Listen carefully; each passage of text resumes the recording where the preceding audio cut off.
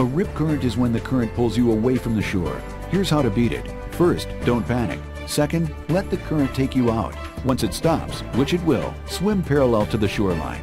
You'll soon escape the rip current and be able to swim back to shore. Good evening, everyone, and thank you for joining us. Unmarked graves at a former juvenile detention center are under examination now in Marianna, Florida. Former students and their families hope the discovery of the mass graves and identification of the people buried there will bring some justice and closure. That facility opened January 1st, 1900 as the Florida State Reform School and operated under various names until last year. A state investigation began in 2008 following allegations of abuse from former students. They called themselves the White House Boys after the white campus building where they say they were viciously beaten. As Channel 3's Amber Southard explains, scientists are now searching newly discovered graves. Boot Hill, the school cemetery, laid neglected for years, and burial records were incomplete. 31 plain white crosses mark some of the graves. The state closed the campus last June after operating for 111 years.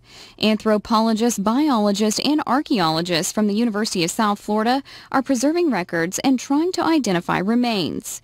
They're using ground-penetrating radar to locate the graves. And they began moving a little bit north, a little bit west. And the further they moved, the more unmarked graves, mass graves, were uncovered. Bryant Middleton was one of the White House boys who says they were locked up and beaten with leather straps in a building known as the White House. Middleton lives in Fort Walton Beach but has been in close contact with the USF team. He believes they will find more than 100 boys buried in mass graves. They, at this period of time, have not even found the outer boundary of the gravesite area, and they just keep uncovering more every day. He hopes this discovery will eventually lead to justice. In 2010, a 2-year investigation found 500 men who said they had been abused at the school, but prosecutors said inconclusive evidence, and the statute of limitations prevented any criminal prosecution. Middleton hopes the discovery of the bodies will provide the evidence they need to take action. I don't think that anybody now can lie, deny, cover up, or whitewash this. This is so apparent that it's true. But he says the discoveries will mean more to the families who never knew the truth.